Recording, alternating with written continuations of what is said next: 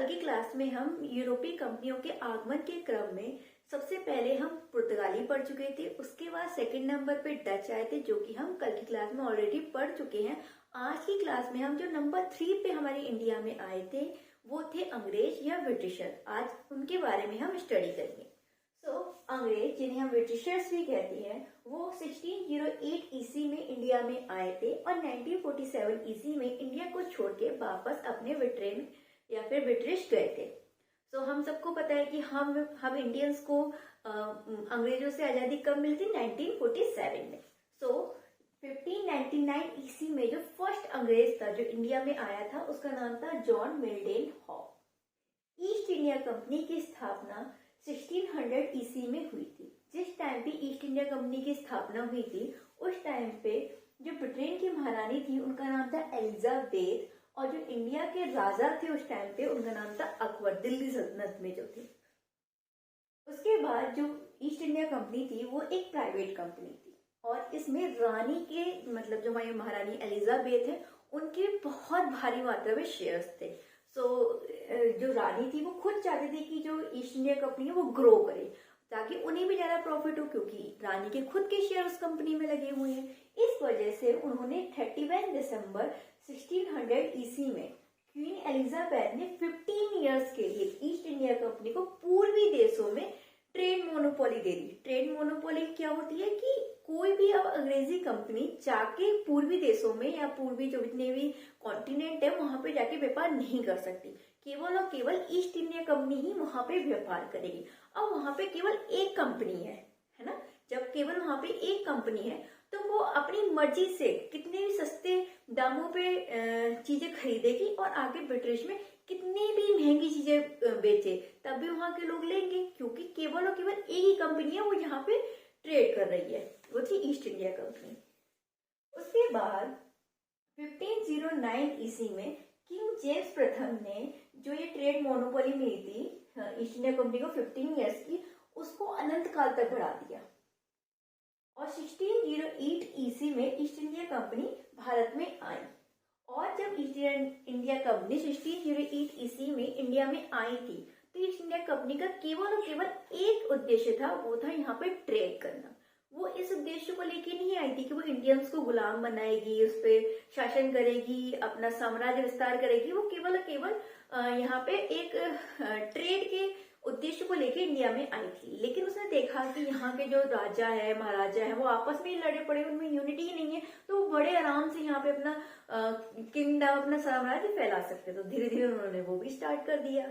1608 ईस्वी में captain Hawkins Britain के किंग जेम्स प्रथम के राजदूत बन के इंडिया में आए थे। 1608 ईस्वी में वो इंडिया में आए थे। तो इस समय जो भारत पे शासन कर रहे थे वो थे जहांगीर। तो वो जहांगीर के दरबार में पहुंचे थे। हालांकि कैप्टन हॉकिंस अकबर के लिए पत्र लेके आए थे, लेकिन आपको पता है कि 1605 ईस्वी में अकबर की डेथ के बाद उनका बेटा जहांगीर गद्दी पे बैठा था, तो वो जहांगीर के दरबार में आए थे। और कैप्टन हॉकिंस ने जहांगीर से तुर्की में संवाद किया था, लाइक जो बातचीत होती है वो तुर्की में की थी, जिससे जहांगीर बहुत ज्यादा इम्प्रेस हो गए थे और उन्होंने कैप्टन हॉकिंस को मनसब 400 की उपाधि दी थी और उसके अलावा उन्हें इंग्लिश खां की उपाधि दी थी। कहा था कि ये है तो ब्रिटिश का, लाइक है तो अंग्रेज, लेकिन फिर भी ये हमसे हमारी लैंग्वेज में बात कर रहा है, तो इसीलिए उन्हें इंग्लिश खां की उपाधि दी थी। और जो कैप्टन हॉकिंस थे उन्होंने जहांगीर से सूरत में व्यापार करने के लिए परमिशन मांगी थी।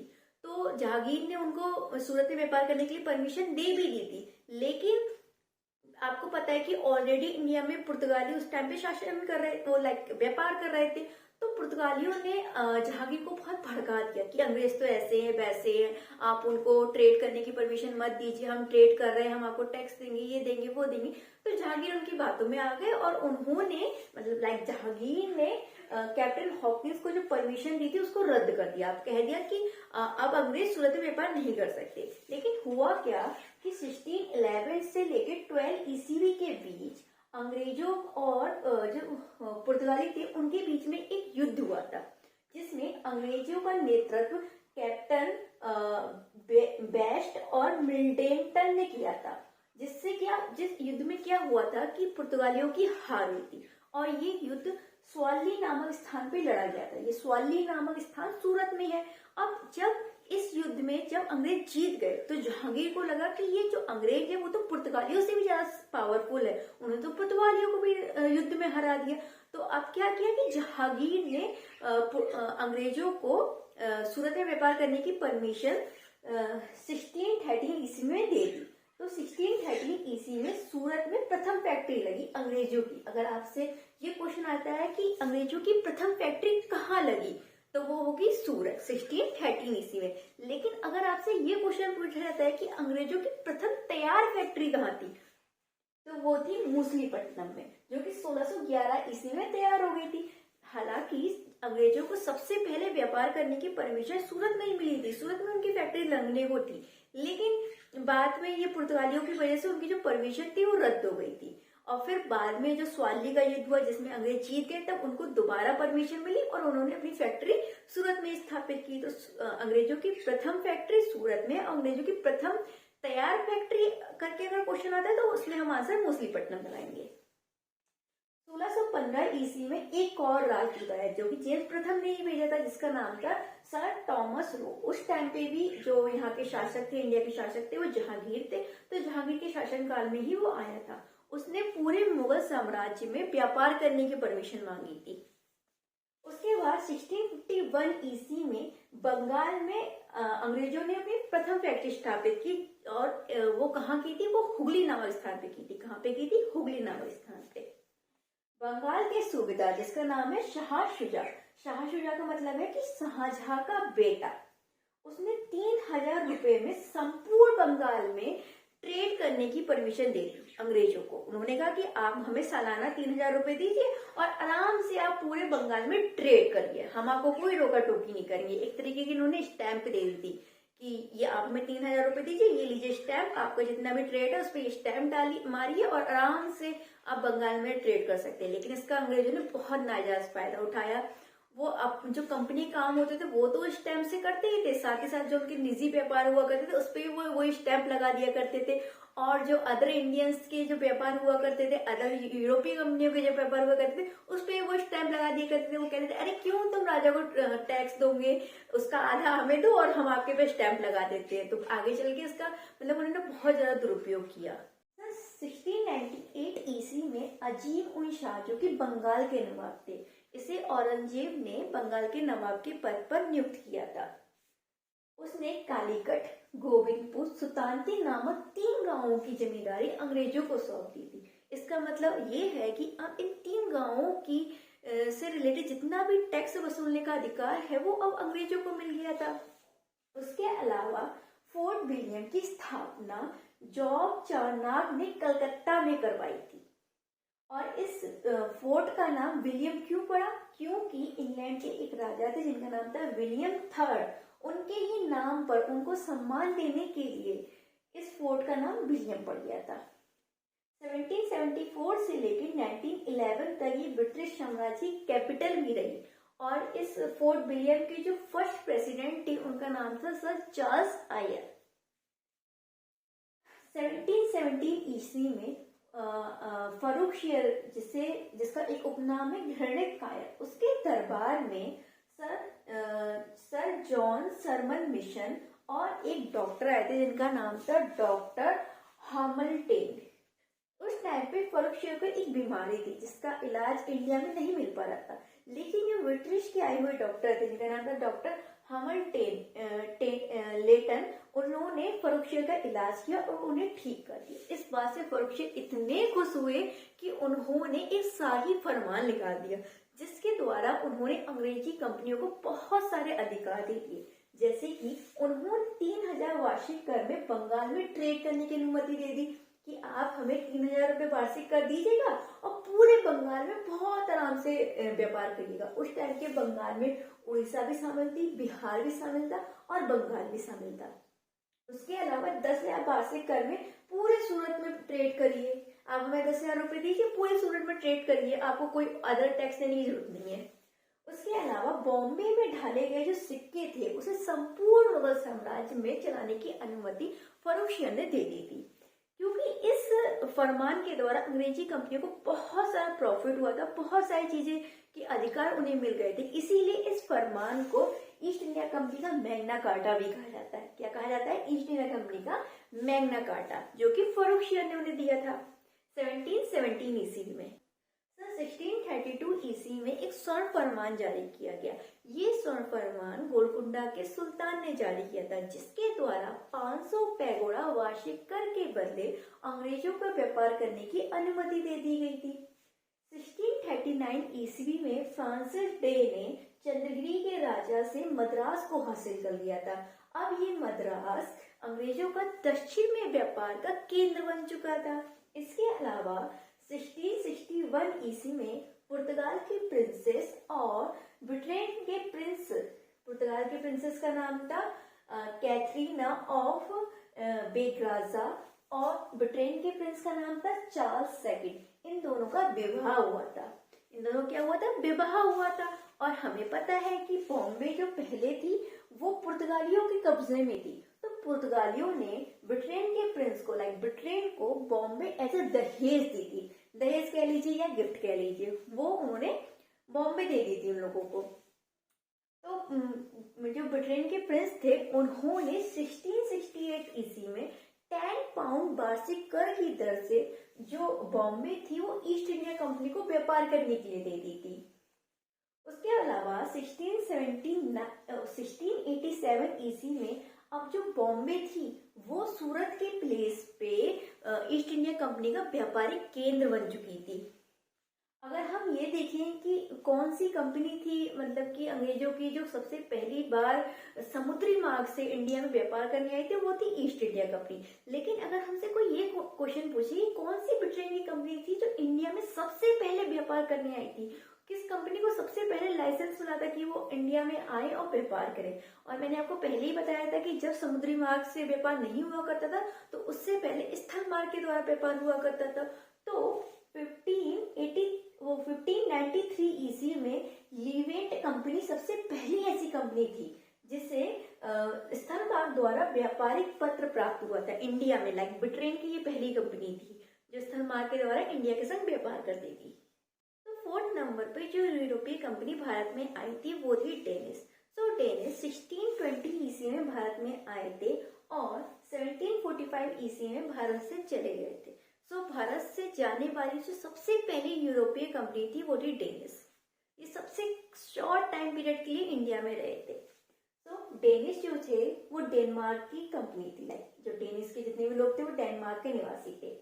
एंड 1616 ईस्वी में डेनिस ईस्ट इंडिया कंपनी की स्थापना हुई थी और ये 1620 ईस्वी में व्यापार करने के लिए इंडिया में आ गए थे। इन्होंने अपनी फर्स्ट फैक्ट्री ट्रेकोबर में खोली थी जो कि तमिलनाडु में है, और उन्होंने अपनी सेकंड फैक्ट्री श्रीरामपुर में खोली थी जो कि बंगाल में है।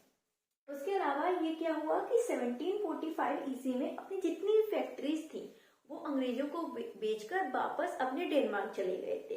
ये सबसे शॉर्ट पीरियड के लिए इंडिया में रहे।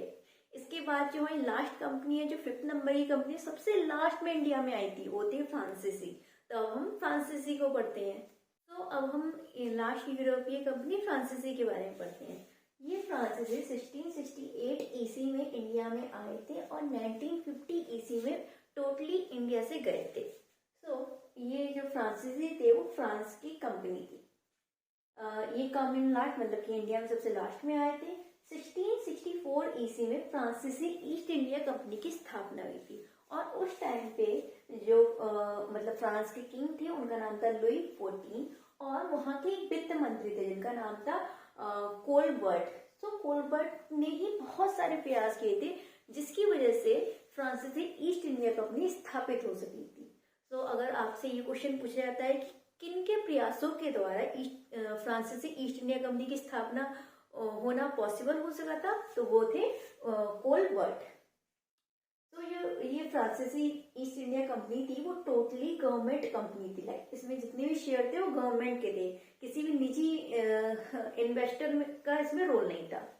उसके अलावा 1668 ईस्वी में जो फ्रांसीसी ईस्ट इंडिया कंपनी थी वो इंडिया में आई और उसने अपनी फर्स्ट फैक्ट्री सूरत में खोली थी उसके बाद 1669 ईस्वी में इसने अपनी सेकंड फैक्ट्री खोली मूसलीपट्टनम में, और मूसलीपट्टनम को हम मछलीपट्टनम भी कहते हैं, हमने कल की क्लास में देखा था। उसके बाद क्या हुआ कि जो फ्रांसीसी थे और अंग्रेजों के बीच में बहुत सारे संघर्ष होने लगे। लाइक वो एक दूसरे के प्रतिद्वंदी बन गए, वो एक दूसरे से जलते थे, वो एक दूसरे के साम्राज्य पे अधिकार करना चाहते थे, वो एक दूसरे के नीचे दिखाना चाहते थे। तो इन सब का परिणाम क्या निकला कि कर्नाटक के युद्ध हुआ, और ये कर्नाटक के कितने युद्ध हुए? टोटल 3 युद्ध हुए। इसके रीजन क्या थे? तो जब तक डुप्ले नहीं आया था, जो कि एक फ्रांसीसी गवर्नर बन के इंडिया में आया था, उसके आने से पूर्व लाइक कोई भी इतने कॉन्फ्लिक्ट नहीं थे, कोई युद्ध की कोई भी ऐसा आशंका नहीं थी कि इन लोग के बीच में युद्ध होगा फ्रांसीसी और अंग्रेजों के बीच में। लेकिन जब डुप्ले आया तो वो बहुत ही ज्यादा महत्वाकांक्षी था, तो उसकी महत्वाकांक्षाओं की वजह से ये कर्नाटक के युद्ध हुए। उसके अलावा व्यापारिक और राजनीतिक महत्वाकांक्षाएं थी, जिसकी वजह से कर्नाटक के 3 युद्ध हुए। अब हम कर्नाटक के युद्धों के बारे में देखते हैं कि ये कौन से 3 युद्ध थे, कब कब हुए थे, उसके क्या रीजन थे, और इन युद्धों का अंत किस संधि के द्वारा हुआ था। प्रथम कर्नाटक युद्ध जो 1746 में स्टार्ट हुआ था और 1748 में जाके एंड हो गया था। इस युद्ध का जो रीजन था वो था ऑस्ट्रिया के उत्तराधिकारी का युद्ध। जो ये यूरोपीय कंपनी थी वो ना केवल इंडिया में रूल कर रही थी बल्कि और भी बहुत सारी कंट्रीज में रूल कर रही थी। ऐसे ही ये जो दोनों कंपनी थी, लाइक जो अंग्रेज और फ्रांसीसी थे, वो ऑस्ट्रिया में भी रूल कर रहे थे, और वो ऑस्ट्रिया की गद्दी पे अपने मन पसंदीदा शासक को बैठाना चाह रहे थे।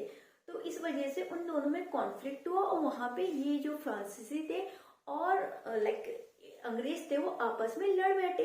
अब देखो जहां जहां जिस जिस कंट्री में ये दोनों एक ही कंट्री में जहां जहां होंगे तो वहां पे इनमें कॉन्फ्लिक्ट होंगे और आपस में लड़ बैठेंगे। तो ऐसे ही क्या हुआ कि इंडिया में भी इन दोनों के बीच में क्या हुआ, लड़ाई या फिर युद्ध स्टार्ट हो गया। और इसमें फ्रांसीसियों के साइड से डुप्ले थे और अंग्रेजों के साइड से मोर्स थे। अब इसका रिजल्ट क्या निकला कि 1748 ईस्वी में एक्स ला सापेल की संधि से ये युद्ध अंत हो गया। अगर हमसे ये क्वेश्चन पूछा जाता है कि जो अडियार का युद्ध था वो किस युद्ध से रिलेटेड था, तो जो अडियार का युद्ध था वो कर्नाटक के युद्ध के प्रथम युद्ध से ही रिलेटेड था। हम देखते हैं कि कर्नाटक का द्वितीय युद्ध जो कि 1749 में स्टार्ट हुआ था और 1754 ईस्वी में जाके एंड हो गया था। इस युद्ध का क्या रीजन था? हैदराबाद और कर्नाटक में उत्तराधिकारी का युद्ध। क्योंकि क्या हुआ था कि जो फ्रांसीसी थे और अंग्रेज थे वो दोनों अपनी मर्जी के शासक को हैदराबाद और कर्नाटक की गद्दी पे बैठाना चाह रहे थे। इस वजह से इन दोनों में कॉन्फ्लिक्ट हुआ और कर्नाटक का द्वितीय युद्ध प्रारंभ हो गया। तो हैदराबाद में नासिर जंग को और कर्नाटक में अनवरुद्दीन को अंग्रेज बैठाना चाहते थे गद्दी पे, और उसी के विपरीत जो फ्रांसीसी थे वो हैदराबाद में मुजफ्फर जंग को और कर्नाटक में चंदा साहब को गद्दी पे बैठाना चाहते थे। इस वजह से इन दोनों कंपनियों में कॉन्फ्लिक्ट हुआ और इन दोनों में कर्नाटक का द्वितीय युद्ध हुआ। और 1754 ईस्वी में पांडिचेरी की संधि से इस युद्ध का अंत हुआ, और जो डुप्ले था, जो बहुत ही महत्वाकांक्षी कांछा वाला जो कि गवर्नर बन के आया था पुर्तगालियों का नहीं, लाइक फ्रांसीसियों का, उसे वापस दोबारा फ्रांस भेज दिया गया। अब है कर्नाटक का तृतीय युद्ध जो कि 1658 ईस्वी में स्टार्ट हुआ था और 1763 ईस्वी में अंत हो गया था इसका जो मेन रीजन ये था कि अंग्रेजों और फ्रांसीसियों के बाद सप्तवर्षीय युद्ध चला था जो कि 1756 में स्टार्ट हुआ था और 1763 में अंत हो गया था इस सप्तवर्षीय युद्ध का। अब मैंने पहले बताया कि जहां जहां फ्रांसीसी और अंग्रेज होंगे अब वहां पे भी कॉन्फ्लिक्ट हो जाएंगे। जब एक जगह ये दोनों लड़ेंगे कंपनियां तो दूसरी जगह पे जाके ये लोग लड़ जाएंगे। तो इसी का प्रसार क्या हो गया, इंडिया में हो गया, जो कर्नाटक के तृतीय युद्ध के रूप में हुआ। तो क्या हुआ कि 1763 ईस्वी में पेरिस की संधि हुई और इस युद्ध का अंत हो गया। अगर पूछे कि वाडियार के युद्ध का संबंध किस युद्ध से है तो वो कर्नाटक के तृतीय युद्ध से। जैसे कि अडियार के युद्ध का संबंध कर्नाटक के प्रथम युद्ध से था, इसी तरीके से वाडियार के युद्ध का संबंध कर्नाटक के तृतीय युद्ध से। तो यहीं पे हमारी यूरोपीय कंपनियों के आगमन का टॉपिक खत्म होता है। इसके बाद का जो टॉपिक है वो हम नेक्स्ट क्लास में समझेंगे। आई होप आपको यूरोपीय कंपनियों के आगमन का क्रम और किस तरीके से उन्होंने यहाँ पे अपने कंपनी को स्टैब्लिश किया, कैसे कैसे उन्होंने प्रसार किया, आपको अच्छे से समझ में आया होगा। So bye and have a nice day.